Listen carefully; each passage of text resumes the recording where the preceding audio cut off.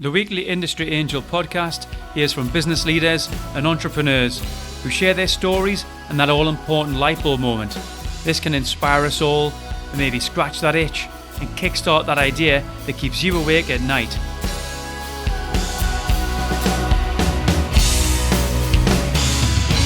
Welcome to episode 54 of the Industry Angel.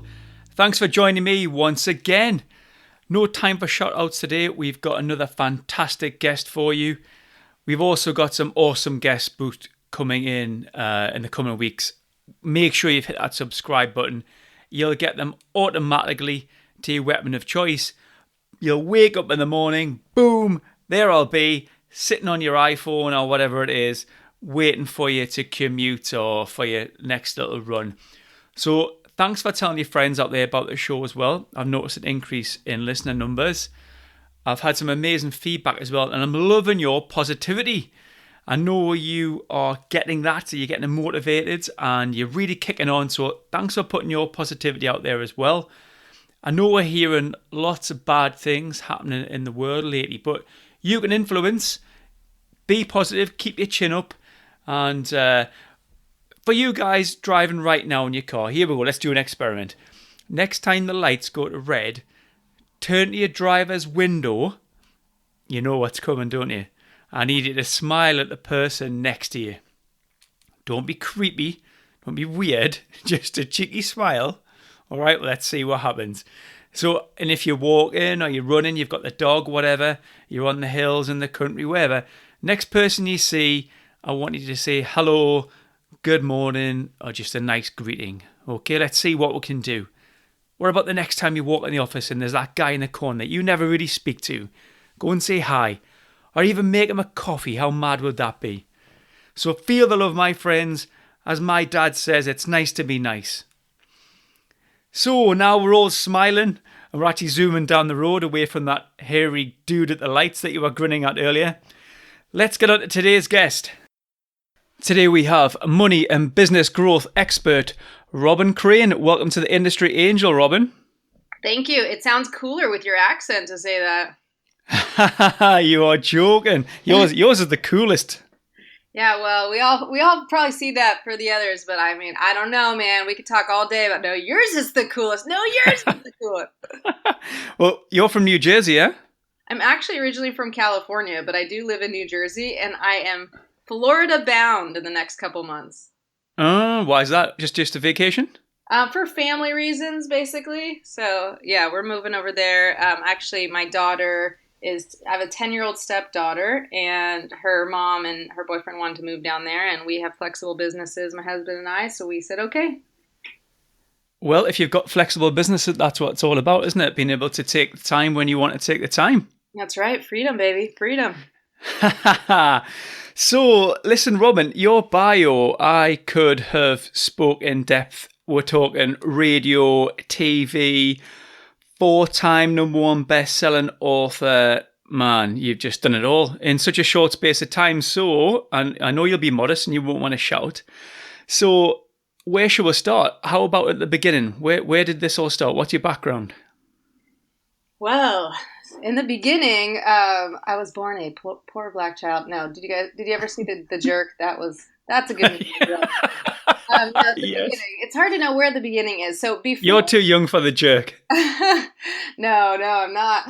I just turned 40. I just had my 40th birthday. We had a birthday and book bash. It was a book and birthday bash rather in New York City. It was super fun to celebrate my new book and my big day. So yeah, I'm not a young spring chicken anymore. No. So where to start? Well, it's funny because I mean my business has morphed from being a financial advisor into being a money coach, which then brought me into becoming a business coach and trainer, and I do a lot of seminars and whatnot.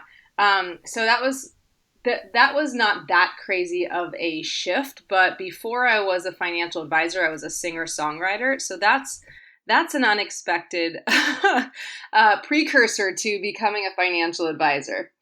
What on earth is a money coach?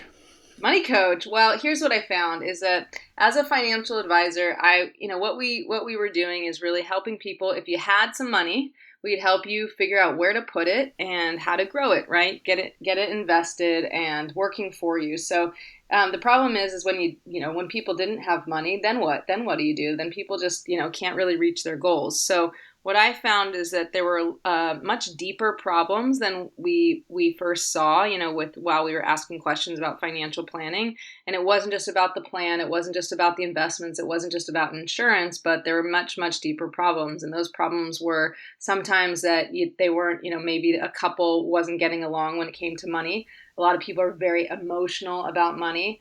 I created these money types for my first book called Mind Over Money Management. And what I found was that people run these patterns. Some people have the tendency to save and they want to save and then they're more scarcity minded, while others are just spenders, oftentimes emotional spenders. So I have money types for this. And when I was doing financial planning, I just realized that I couldn't really help them reach their goals if I didn't shift their beliefs and behaviors about money. And that's really what money coaching became. I don't think I coined it. I think there are other money coaches out there, but it definitely wasn't a normal thing to do in the financial industry. I really had to step outside the box to figure out how to do it even legally, and how to do it within the space that I was in. But what I found is when I could really work on their beliefs and behaviors around money, and shift the way they thought about money and shift their habits when it came to money, then they would have a better life. They'd actually be able to save more, then they'd have more to invest. They'd be able to make better choices, so they felt like they were in control of their money. And they had better relationships as well, because now they knew how to communicate when it came to money. So that's really what I was doing with money coaching, and that morphed into business coaching because I found that if I could help someone save money, that was great. But I only, oftentimes I could only save so much. So if I could help them make more money, it was like a different life. And that's where I got into sales and got into business coaching and realized, that really that's where the impact was. If I can help someone double or triple their income, then they get whatever they want. So that's where it all came from. It's interesting. I picked up on something you said there, which was we're talking about spenders saving, but I bet you got the flip side as well. So you've got these savers who won't spend. Yeah, exactly. So I actually have 5 money types. I can go over them if you want. They're kind of interesting. And it's kind of funny because when I was creating these, it's interesting. This was a few years ago, and I knew that these patterns existed in the beliefs and behaviors. I knew I was very scarcity minded, and I made a lot of mistakes. Before, even as a financial advisor, I felt like a fraud because I wasn't making much money. I was $47,000 in debt. And I didn't want to invest in myself. I'm not just talking about the market. I'm talking about investing to grow my business. So when I came up with these, at first they were represented by animals when I was brainstorming with my husband, and they were kind of lame. Like one of them was like, I don't even know. Actually, my assistant was in my office the other day and she was sorting through old papers because we're moving, and she found like these old money types, and I told her to keep it. I don't know where they are, but one of them was like an ostrich, because ostrich, they dig their head in the sand. But then anyway, it didn't really stick. I couldn't really make it make sense. And then one day I had to make this training video for an online course called Entheos. It was a half an hour training, and I was going to explain different, like the 10 ways to overcome your money issues. And it just kind of hit me. My daughter had these Barbies like in her room, and I went and grabbed the Barbies, and there it was, like the money types were born. And the first money type is Spendthrift Sally, and she's represented by Barbie. And Spendthrift Sally, so you can imagine Barbie and Spendthrift Sally, she loves to shop, she loves to buy things, and she feels good when she spends money, and she often does it to fill an emotional void. So those people, right? They want to spend. If they want something, they want it now, not later. And sometimes it is because they don't feel good about themselves, and it makes them feel good to shop. So that's Spendthrift Sally. On the other side, she drive a Ferrari as well. Yeah, of course. And she, has bling and all that stuff. Beautiful bling and earrings and dresses, of course. So Cheap Chip, on the other hand, who is represented by Ken, Cheap Chip is, he does not like to spend money. He does not feel good when he spends money. And these are not gender specific. I just grabbed Barbies, like literally, and just made it up. But you could be, I'm a Cheap Chip, and I'm not a man. But Cheap Chip does not like to spend money. He likes to hoard money. He's a saver. He does not feel good spending money. Although he does feel good when he gets a good deal. So if he buys something, it doesn't necessarily have to be the cheapest thing, but if it's a good deal, he'll feel good that he, saved money. That's Cheap Chip. I'll go over the other three real quickly so you guys have an idea of it. Then we have Delusional Dan. Now this is represented, you can kind of imagine it. I have a Justin Bieber doll. And then I have this little, I found this little tiny, short 1.5-inch doll that looks like a total dweeb. He has glasses on. And I always say in my trainings, I say, Delusional Dan thinks he looks like this. And I hold up Justin Bieber, but actually he looks like this. And I hold up the little dweeby guy. So Delusional Dan is delusional. He thinks big. He thinks anything is possible. He thinks he can, if he's made 30 grand this year, he feels like he can make $1 million next year. But the problem is, he doesn't always follow through. Sometimes there's definitely the squirrel syndrome, right? Where he's chasing shiny pennies and always getting distracted. And there's oftentimes a lack of follow through. And then two more, we have Overgenerous Olivia. And that's represented by just this little doll who's wearing an oversized t-shirt because she's always giving stuff away. And she is so overgenerous that she oftentimes puts others in front of herself at her expense. So she might be broke, but she'll still take people out to lunch and pay for them because she feels like she should, right? She's always taking care of everybody else. And that often affects her in a negative way because as a business owner, she'll give time away for free. She will often lower her prices or negotiate because she just wants to help people so badly, but she doesn't necessarily value herself. And then the last one, which came from the ostrich, but is no longer an ostrich, is a boy doll named Avoider Al. And Avoider Al, I put a little kind of bandana around his eyes so he's blind. And he's blind to his money. He's blind to his problems. He wants to avoid anything that feels remotely painful just so that he doesn't have to deal with it. And that puts him in a bad spot because then, if you avoid those things, they just get worse and worse and worse and oftentimes blow up in your face. So those are the money types. All of them have positive and negative characteristics. I oftentimes focus on the negative just because, not because you're negative or you're bad, but so that you can see how it's holding you back from your business success and that you can actually learn to use them and step into the other money types to your advantage so that you can grow your business and have a bigger impact. It's interesting because I would imagine that you'd become one of those avatars, maybe 1, 2, or 3 of them across your career, across your role at the moment. I'm just thinking about the over-delivering one there. Was it Olivia? Yeah, Overgenerous Olivia. Yeah, overgenerous. Yeah, because you do that in business, don't you? You over-deliver. You might charge 2 days, but you've put 4 days into it, and you might only charge 2, or your day rate might be quite low, and really you should actually put your day rate up. Absolutely. Yeah, I see that a lot. For sure, that people are just undercharging. I mean, it's great to over-deliver. I am big on over-delivering, but I will not lower my price to do so. It's more like this is a very appropriate amount for you to invest, and then I will still exceed your expectations. That's what I like to do. But I am not an over. I love everything I do is for contribution, but I've never been the type of person to really put others first at my expense. And I think that's the real distinction. If you're devaluing yourself and if you're giving away so much time for free, it actually in the end is doing the opposite of what you think it's supposed to do. It's actually hurting people instead of helping them because they don't value it either. The more you lower your fee and the less they pay, the less they actually value it. 100%. So when you're coaching, do you find that where you literally do have one of your clients is maybe 2 or 3 of those personas? Yeah, what I do, I have a money type quiz, and I don't have the link right now. So if anyone here, because I wasn't prepared to talk about this, but if anyone here wants that, just email my assistant. It's Ashley, ASHLEY @RobynCrane.com, and just put money type quiz actually in the subject line, and then I'll make sure you get that, just because I wasn't prepared to give it away, but I'm happy to give it away. But yeah, when you do the quiz, it's really, really cool. When you do the quiz, you'll find that they're typically, I have you look at your top money type and, you're basically your primary and your secondary. And it actually makes a difference which one is first and which is second. So I'm actually at heart, like in my core, I'm a Cheap Chip, then I'm a Delusional Dan. So meaning, like this happened to me the other day.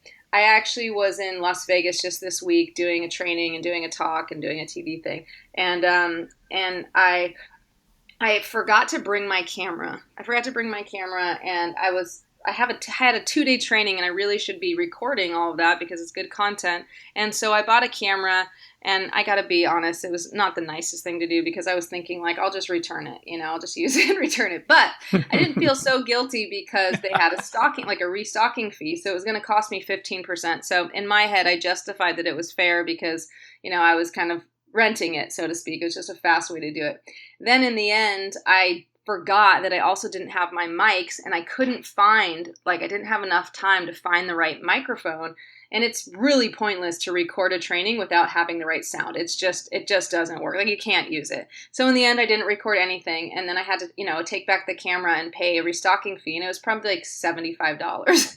And I was so mad. I was so mad at myself because I didn't use it. It cost me $75. And I think that weekend I made $65,000, So for me to be like such a cheap chip about like a $75 thing is ridiculous. But like, I still, at my core, I'm a cheap chip because like I don't like to spend money on things I don't value, and the fact that I didn't even use it just drove me crazy. So my two money types, I'm a cheap chip first, and then I'm a delusional Dan second. And even though I run my business as a delusional Dan where I take a lot of risk, I know I can do anything. I'm a big thinker, I'm a big action taker, and I do actually follow through, but I have been distracted in my life for sure, which is, I don't know, some of you read my full bio, you might know that I made $500 in my coaching business, $500 in a year in my coaching business in 2014, and then did $500,000 in my coaching business in 2016, so 2 years later. And part of that, the main reason was that I lost focus. Delusional Dan got the best of me and took over and got distracted and went and chased shiny pennies, and I didn't focus, and I couldn't make very much money. I did have other income, so it wasn't as bad as it sounds, but it was pretty bad. But anyway, that's another story, Ian. So I'm a cheap chip delusional Dan, even though in business I often act like a delusional Dan cheap chip. And so it kind of goes back and forth. And it was really interesting at the event this weekend because some of the ladies who were there had worked with one of my clients who now is a money coach, and her name's Lisa Chastain, and she models a lot of what I teach in my book and all that, and she uses this stuff. And she had them take the money type quiz. And then after working with her for a few months, it had really shifted for them. So it absolutely can change, and it does change. And I haven't taken it. I should take it again as well. But I think it will morph as you focus in different areas, but it still kind of just lives, and it goes back and forth. But it's very interesting the order that you get. So yeah, just email my assistant, Ashley at robyncrane.com, put money type quiz in there. We'll get it to you. And then there are these little videos as well that explain the money types and how it might be holding you back from getting the results that you want in your business. Yeah, I'll put that up in the show notes as well. It sounds really interesting. You said something there about $500, and you were being Dan, and I think that was the shiny squirrel. Yes. Yeah. So you went from 500 to 500,000 in a couple of years. You're not just going to say that and not tell how you've done it. Come on, what was the strategy behind that? That's crazy seed, right?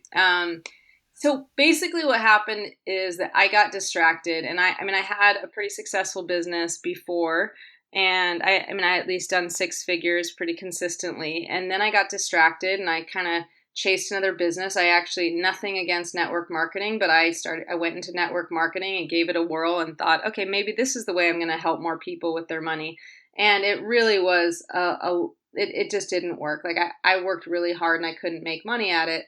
And so that was actually the year before. And then when I came back to kind of get back into my brand, it was just, I was really in creation mode. I did some amazing things that year. I started doing some TV stuff and I did that Entheos video, but I was creating so much that I wasn't focused on money-making activities.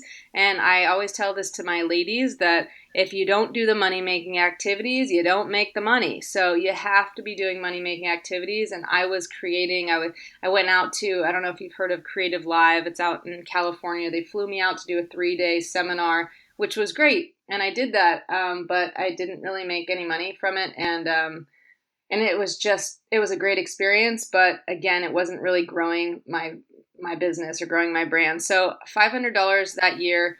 And literally, I kid you not, my husband and I, he didn't have a good year that year either. So we were scraping by. I had some money for my financial planning business that was coming in, so that was helpful. But it still wasn't enough. We were going further in debt. So we started renting our house on Airbnb, and we would rent out rooms. I mean, I remember at times we'd have, because we basically turned our basement into a bedroom. We turned our garage into a bedroom, so we could rent our garage, our basement, our daughter's room. She's my stepdaughter, so she's not here during the week. And then I had my office, so we could rent out 4 rooms and charge $50 a night, and we were doing that as much as we possibly could. And then we would, if we could rent out the house for a weekend, if we got a request to rent out the house, we would pack up our stuff, take our daughter with us, go 15 minutes down the street to the extended stay, and stay there for $60 a night, and then we'd end up making, $300 a night on our house. So that's how we ended up getting by. It was very resourceful. I'm proud that we didn't make nothing. We weren't going broke. We were kind of going broke, but we weren't dying, because we got really resourceful. But imagine at Fridays, 2 or 3 times a month, packing your stuff up and then coming back and having the house clean. I mean, it was so much work that we weren't focused on work, so it was distraction after distraction that year. So, we barely made it. And at the beginning of 2015, we were $40,000 in debt. And then we decided to invest because we were like, this is ridiculous. We got to stop doing that. We actually need to get help, and we needed leads. We needed marketing. So we invested $5,500 a month when we barely made money the year before to start getting leads. It was with a guy who does LinkedIn marketing. And then we started making money. But the first month we went more into debt. It was $47,000. And then we started making money, and finally we're able to build it back up and had a pretty good year in 2015. But oh my goodness, Ian, it was ridiculous. It was ridiculous. I would not advise that, but it's a really good story. It's an amazing story. So when you're speaking, if you're on the road and you're doing a speaking gig, is that something you talk about? Is that something that story? Sometimes it comes up. It's not like a core story for sure. Okay. It has been coming up more because I'll tell you the truth. I actually didn't even realize this until about 3 months ago. And I was like, my book was coming out, and I was looking, I don't know, for some reason, I had this feeling that, I don't know, finally, I think I felt free to be real with people about the specifics. And I didn't look at those numbers, but I've been tracking my money since I met my coach 8 years ago. So I do track my money, even as bad as it was, I was tracking it. So I went back and looked at my spreadsheet and saw in 2014, I was like, I knew I didn't do very well in my coaching business, but I was looking and I'm like, oh my gosh, I seriously only had one client pay me $500 for one session. And I was like, oh my, I really literally made $500 in my coaching business. And then I knew I made over $500,000 last year. So it was just like, wow, this is a good story. And I told my publicist that this is something we should probably be telling people now that I realized, because I overcame it. I was free and allowed myself to be vulnerable about it, because I think it really inspires people. But man, that was a scary thing to recognize and embarrassing. It wasn't that long ago. And even I told my assistant, and she was like, yeah, I don't know if you want to tell those details. And I'm like, you know what? I'm going to be real about it, because like if someone saw that, I made $500 in 1 year and then $500,000 2 years later, like I think that'll inspire them. And most important for me is I don't care about looking stupid. I care more about helping people. So that was my turnaround there. But yeah, I do sometimes the Airbnb thing comes up because I think it's just hilarious how ridiculous we were just trying to scrape by and do anything. But it worked. We did what we had to do. Yeah, I love it. On this show, we're all about just being you, and I think people really resonate with that, and they're in the audience, and they want to be kicking on, and they want to be making money. At least you've been there and done that. You're not sort of trying to lord it over them. You're not a different person to them at all. You haven't been born with a silver spoon in your mouth. You've had to hustle and you've had to do it, and it's succeeded. So no, I think that's a great story to share. Thank you. It's pretty funny. So you mentioned, you slipped this one in, but you mentioned My Ladies. I don't know if you noticed you did that. So I know you're big. A lot of your clients are female, yeah? Yes, my clients are. I do every once in a while. I work with, sometimes like a husband and wife team, or I'll have a I'll work with a guy individually, but I really target female entrepreneurs. I'm very, very specific with who I choose to work with. So I work with service-based women entrepreneurs, and my micro niche are actually female financial advisors, since I have the background there and I found so many issues with the industry. And so many women who are in the financial industry come to me because they're like, wow, finally someone outside of the male-dominated industry who's not teaching these archaic marketing techniques that just don't really work anymore, So that's a really fun niche for me. I love it. But yeah, service-based women entrepreneurs, when I say my ladies, I have a 6-month female empowered moneymakers mentorship. It's called FEMM, FEMM, female empowered moneymakers. And the reason I called it that is because I spent a lot of money. I mean, I invested a lot of money in different seminars trying to make money. And, I often didn't make my money back. And I was very frustrated with not having an ROI when I really was trying to work hard. I learned a lot every time, and it was never, worthless. It was always extremely valuable somehow in my life, but didn't always make the return. So I wanted to make sure that the ladies in my group really make money and they're empowered. And it's not just about the money. And my new book, it's Make More Money, Help More People. That's really what I teach. It's how to make more money for the purpose of really making a bigger difference, having more transformation. And these women, they work with me for a minimum of 6 months. Oftentimes they do another FEMM program. Some of the ladies are on their 4th round from the very beginning, which I just launched in February 2016. So it's pretty new, but I've already had over 50 ladies. I think now I'm up to like 60. I just got 4 new ladies from this weekend. So lots of women who are very, very committed to growing their business and helping more people who go through my program once, twice, 3 times, 4 times, as many times as it takes, because they get a ton of value. So they keep coming back, which is really, really quite the compliment. I laughed in my head when you mentioned teaching archaic marketing activities, because I see a lot of that now. People are standing up and still churning out the same old material, and you just cringe, don't you? Just think, come on, it's 2017. We don't do that anymore. That's not relevant. That's not the latest strategy. So you also mentioned your book. What was it? Make More Money, Help More People. So Is that what's in the book, Robyn? Some of these later strategies? Yeah, absolutely. And it's really simplified, so it's easy to understand, but it's kind of like some of it you might say, oh, I've heard this before, but the way that I do it, I'll give you an example. So one of the things that is kind of an archaic strategy, especially I'll use this for financial planning industry, and because everyone will know what I'm talking about, is that they do these dinners, right? You've heard, realtors do it too. I mean, a lot of different lawyers probably do it, but when you basically market to, hey, come have this free dinner. And people come have the free dinner. Some people call them plate lickers. And then they obviously are there for their free dinner. And then the advisor or whomever is teaching the seminar is trying to get them as a client. Like, everybody knows what's happening on both sides, right? Some people are just trying to get a free meal, and of course the advisor's trying to close some clients. So it works. It's an archaic strategy, but it does work. If you throw enough money at marketing in general, it will work.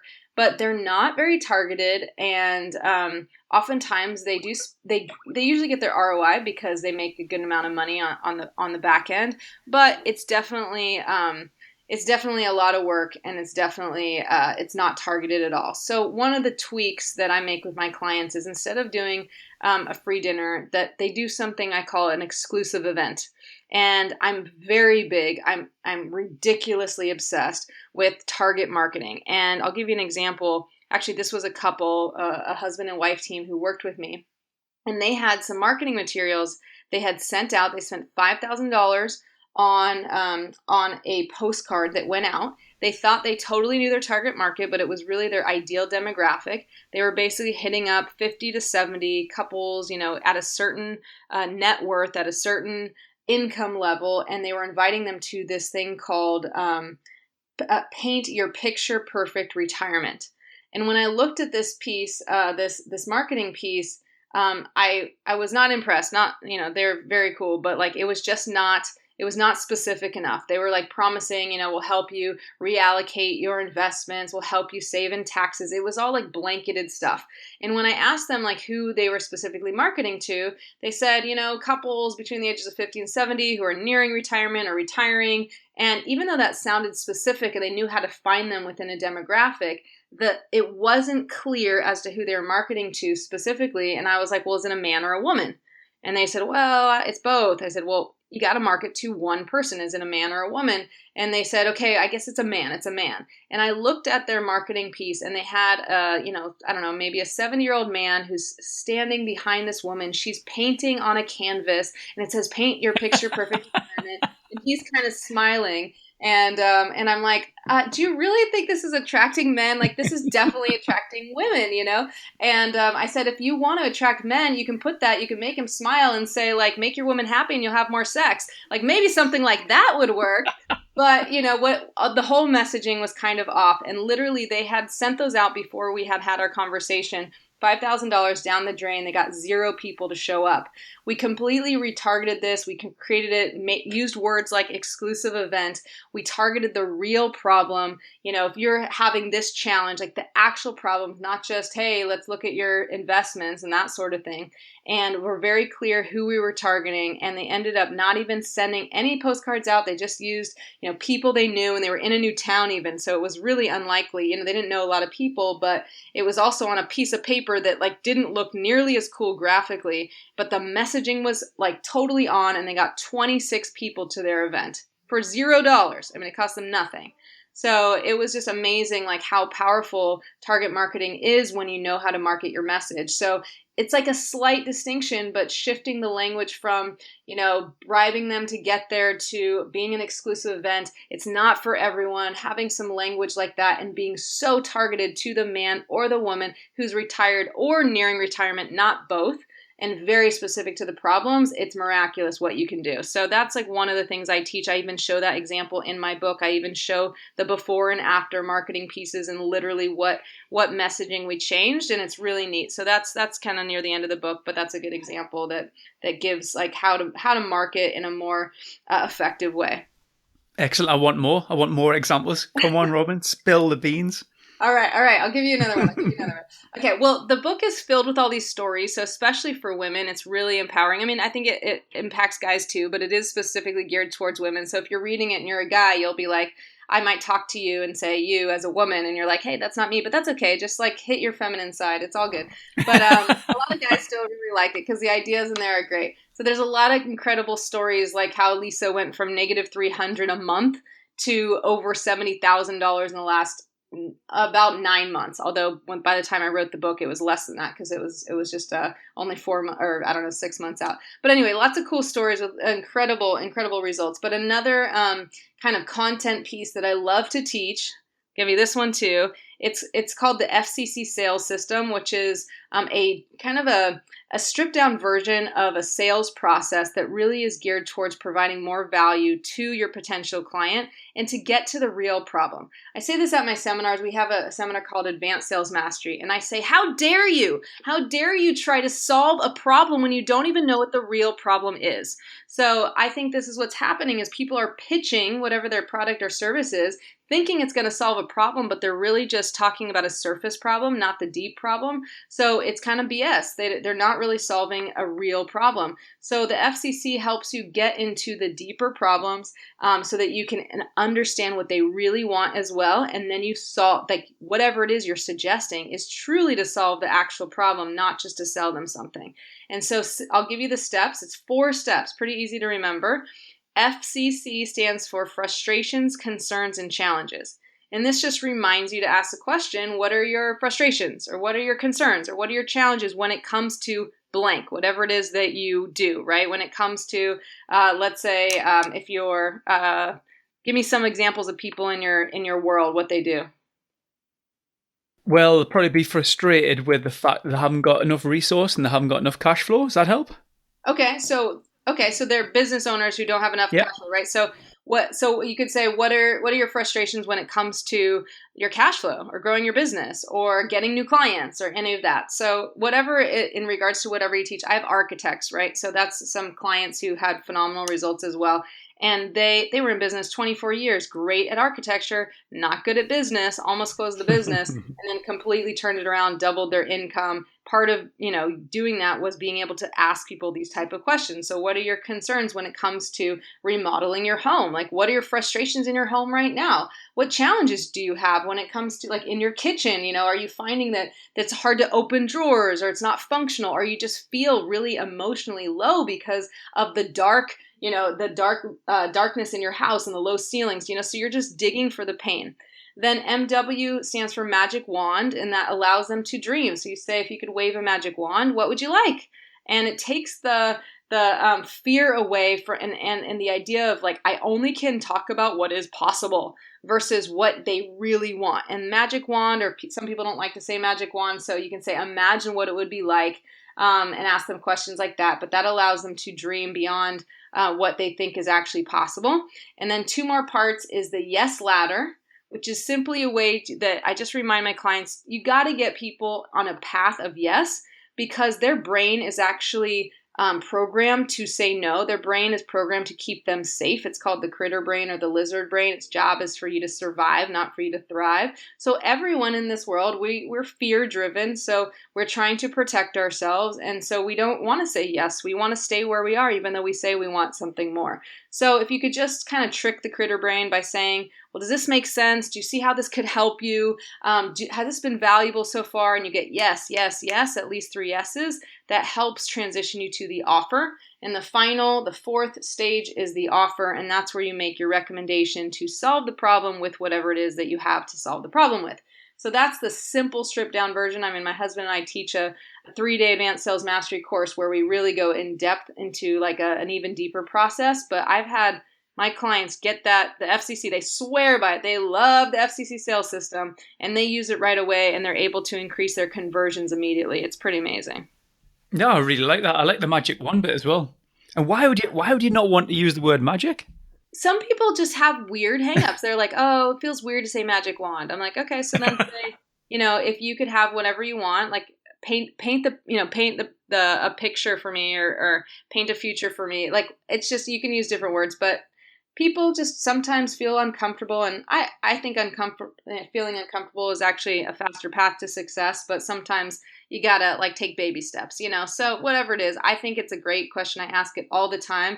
And people love it because they're like, wow, thank you for asking me that. Like, I haven't thought about that. And then they start to dream. And then you're like, okay, cool. Now I know what you want. If I can help you get there, would you like me to show you a way to do that? And they're like, hell yes. And then it's time for the offer. I'm going to try and squeeze one more out of you before we go, Robyn. So we mentioned you were talking about events there and putting events on and how you specifically target your niche market. And you've just mentioned there about the sales. So, kind of changing your question around, looking at the concerns and the fears and the challenges. To be able to ask those questions, you've got to be in front of them or you've got to be at least engaged with them. Could you give us another one that would actually get us the leads to engage with? So a bit of a marketing one? Yeah. I know I've got you on the spot here, haven't I? No, that's fine. That's fine. So yes, so the ideal client piece, targeting your ideal client is going to get you the curiosity. I like to say it creates curiosity and generates referrals. I teach it in the book, actually, something called the audio logo, and that's a way to communicate who you work with specifically, the challenges that they have, and the result that you get them, or the results that you get them, which shifts it to becoming mission-based. Because if I tell you, people do their elevator speech or whatever, I don't really know what people's formulas for that are. But if I say, my name is Robyn and I am the host of the TV show, The Financial G-Spot, and radio show, Let's Talk Money, and I'm a 4-time #1 best-selling author, come work with me. You know what I mean? Like, it's like I'm beating my chest, I'm so amazing. But they don't care. Like, they might be impressed by it, but they don't care. What they care about is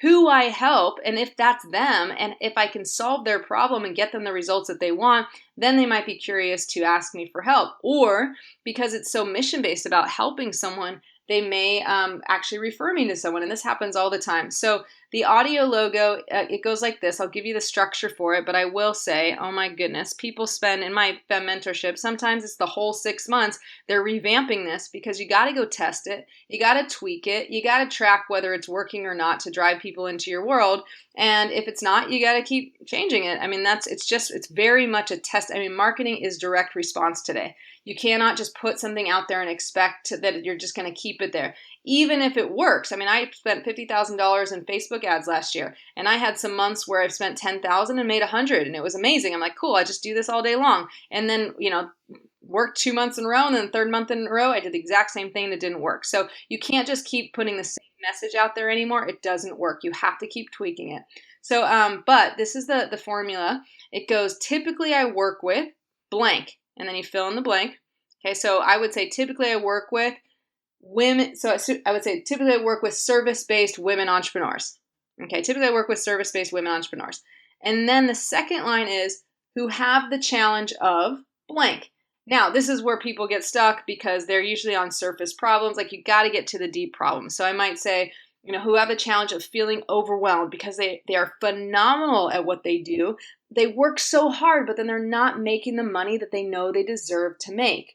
And they're not attracting their qualified leads. So they're running around like a chicken with their head cut off, feeling frustrated, whatever it is, feeling frustrated because they know they should be making more money and they're not making as big of an impact as they can. So I just said that off the cuff, but you want to write this out so it feels really good. But then once you've kind of done it enough, you kind of just say it and it just becomes casual. I say it different every single time, but I know the formula. I know I say typically who I work with and whomever that is, and then I say the challenges that they face, and I might say it differently every time. But and then you go to the result. So then you say I help them, and then blank, like what's the result that they get.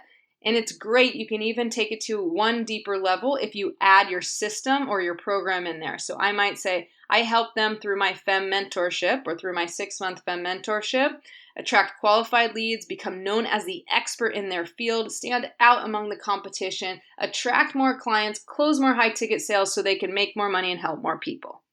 Something like that. So it's really like boom, boom, boom, 3 steps. And then if you're saying this at a networking event, or if you're meeting people, even if you're doing phone calls, you can say, do you happen to know anyone who might be curious about that? So Ian, you are not a woman, so you wouldn't necessarily resonate with what I just said. But if I say, do you know anyone who might be curious about that? You probably could give me a handful of people who are service-based women entrepreneurs who have that problem and want the result, right? Yeah, definitely. We use something similar, which is Jeffrey Moore. We've had Jeffrey Moore on the show before, and he has a value proposition statement. So it's an elevator pitch. It's a little bit similar to yours, and I like that. I like how you really. So if you say audio logo? Is that what you said there? Audio logo. It's kind of like what's heard about that what you stand for. And I always tell people what you stand for has nothing to do with you. It has to do with the people you help. And people think it's about me, it's my logo, this is what I stand for, what I represent. But what you represent, it's in relation to the people that you help. And if you can understand that, then you'll start to get referrals. And I've had people just starting their business, I've had people who've been in business for ages, just start to say this or put it on Facebook and get referrals. It's not just about people think that they're going to a networking event to try to get clients. But if you use this, you're going to start generating curiosity. In fact, one of my clients, she was so good at saying this over and over again on Facebook and whatnot that she had friends putting posts up with her audio logo. They didn't even learn it, but they were basically saying it for her to attract clients to her world because she had said it so much they knew exactly what she stood for and who she helped. So it's really, really powerful. And I would say, I'm not going to give you all the details. I know we only have so much time, but the last thing that's really important is to know what you're driving people to. So if you get a referral, you need to know what we call the stages of the sale. This is also in the book. What do you drive them to next? And each step has a purpose and has a script, and you know how to get them to the next step. And that's really important too, because people are chasing prospects all the time because they have no idea what to drive them to. And they're like, oh, I want to go to a cup of coffee. Oh, let me follow up with you. It's like you need to know exactly what you're driving people to next. And you need to have a system to do that and a way to do that effectively, because otherwise you waste so much time. So this is all nuggets, very, very specific in the book. They should definitely get the book. I'll even give it away for free. Can I give them a link so they can soak it up? You can definitely do that. I'd love that. Thank you very much. All right, so this I do have available. So you can go to, you can get it on Amazon. You can, if you want the actual physical copy of the book, you can get it on Amazon. And I promise it won't break the bank. You will definitely make more money by using the strategies in here. But if you just want to get it now and get it for free, I'm very impatient. I like things now, so I don't want to wait 8 days to get it in the mail. But you can do both if you want. But you can go to robyncrane.com, ROBYNCRANE.com /free book. And literally you will get the book downloaded into your inbox So you'll have that available. And then you'll also get access to the bonuses, which like I have a couple audio chapters. You'll get some videos, you'll get some templates. Like I just give so much away because I'm very, very passionate about this. And I really believe in giving people results in advance. Like go take action, make it happen. So go do that, and then you'll have the book, and you can read it. Please read it, because I swear you'll want to read it. And then go take action. I'm going to do that right now, but I knew I'd squeeze this out of you. I knew I'd get all that out of you. We've got magic wands. We've got yes ladders, audio logos. Well, excellent. I'm loving it. You need to listen to this twice. Good job squeezing all the content out, man. This is like my best stuff. Oh, I'm good. Give away your best stuff first, because you get people results, and then they'll come back and want to work with you. I totally agree. Well, Robyn, it's been absolutely fantastic. We're going to have to do this again, because I know that you could have kept on going for another hour at least. We started like 2 days is usually not enough. I have like 2-day events, and I'm like, man, if only we had a 3-day, like a third day, then I'd really have enough time. But yeah, it's crazy. There's always more. And one last thing I'll just mention, because I think it's really important. It's never about the information. As awesome as what we went through is, it's always about the implementation. You know, even with my FEMM mentorship, like it's actually an implementation program, because I went to so many events and got so much awesome information, and then I got home and was stuck all the time because I didn't know how to implement. So just make sure you're hearing this. That's awesome, but take action. That's like where it's at. Action breeds success, and I hope I inspired you all, all of you listening, to not only get the information, but to take the action and implement, because you are on this planet to make a bigger difference. You're here to help more people, and you deserve to make money in the process. So thank you for having me, Ian. This was lovely, awesome, and thank you all for joining us here. This is great. Boom! That's the way to do it. Well done. I didn't mean Robyn to take your job or anything, but like I'm thinking about the people out there. Like I want to make sure they hear me. Take action. I'm out of here. You've done it. You're amazing. Action breeds success. Go and do it. Thank you, Robyn. You've been amazing, and we'll speak to you soon. Thanks, Ian. Wow, that's how you sign off a podcast.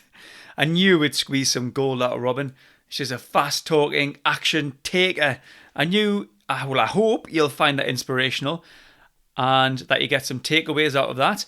Let me know if you download Robyn's book. You know how I love your feedback. Send me a line, host@industryangel.com. I do see every email, or you can tweet me, industry_angel. Thanks so much for telling your friends about the show. Remember to share the link via your social channels. If you'd like to know more about my business, you can head over to far-north.com, and you can see what I get up to outside of our podcast. And I say ours as it's yours and mine. It's ours. It's a fantastic community, and thanks for being a part of it. I love you all. So have a fantastic week. Take action, seize the day, and absolutely smash it. I'm Ian Farrer. This is the Industry Angel, and thanks for listening.